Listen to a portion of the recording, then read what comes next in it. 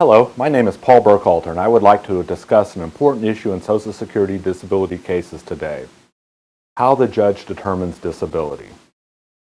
Disability determination has very little to do with the real world. The Social Security Administration looks only at whether you are capable of doing jobs, not whether you would be hired. Thus, you may have to prove that you are unable to do jobs for which you would never, ever be hired. In some cases, the medical findings about your condition alone will cause the judge to find you disabled. In other cases, the majority, we have to prove two items. Number one, the medical impairments you have prevent you from performing any job you've done in the past 15 years. Number two, there are not many other jobs you are capable of doing considering your age, education, and work experience. Think about all the jobs you've had in the past 15 years and pick out the easiest one. We have to prove that you cannot do the easiest job, even if we are certain that you would never be hired for that job again, even if the company where you worked no longer exists, and even if the job is no longer available elsewhere. Proving the second item, that considering your age, education, and work experience, you are unable to do many other jobs, is even more complicated and opposed to common sense. In many cases, we have to prove that you are incapable of doing jobs that we know you would never actually be hired for. This does not mean that you have to be unable to do absolutely anything. In fact, very few people who go in front of an administrative law judge are unable to do any job at all. This is an important point to grasp because one way to determine disability is by figuring out what you can do.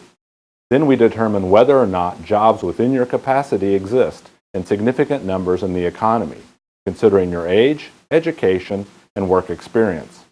We do that either by looking at a fairly complicated set of rules, or in some cases, we ask a vocational expert. The rules that we use for determining disability apply most directly to impairments that limit your physical ability to stand, sit, walk, lift, bend, or work with your hands. Mental impairments are a bit more complicated. If you are unable to do certain kinds of manual labor, whether because of a back problem, heart condition, breathing problem, or some other medical condition, your lawyer will be able to look at the rules and figure out what you need to prove to win your case. Here are some examples. If you are under age 50, the general rule is that you must prove that you cannot do an easy sit-down job or even a job where you're allowed to alternate between sitting and standing during the workday. You have to prove this even though you might not be hired for such a job. If you are age 50 through 54, the general rule is that you must prove that you cannot do light work. That is, work involving being on your feet most of the day and lifting up to about 20 pounds. Thus, even though you might be able to still do a sit-down job, a desk job, you can still be found disabled as long as you don't have transferable skills to that type of work. If you are 55 or older, it gets even easier. The general rule is that you must prove that you cannot do medium work. That is, work involved being on your feet for most of the day, frequently lifting 25 pounds, occasionally up to 50 pounds. Thus, you can even be found capable of doing light work and still be found disabled as long as you don't have transferable skills. These issues are more complicated when you have jobs in the past where you learned a lot of skills. The judge will want to know about your work skills, and then you must be able to explain them to the judge.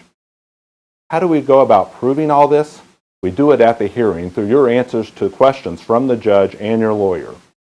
I hope you have found this information to be of assistance. If you need help with your Social Security disability claim and live in Texas, here is my contact information.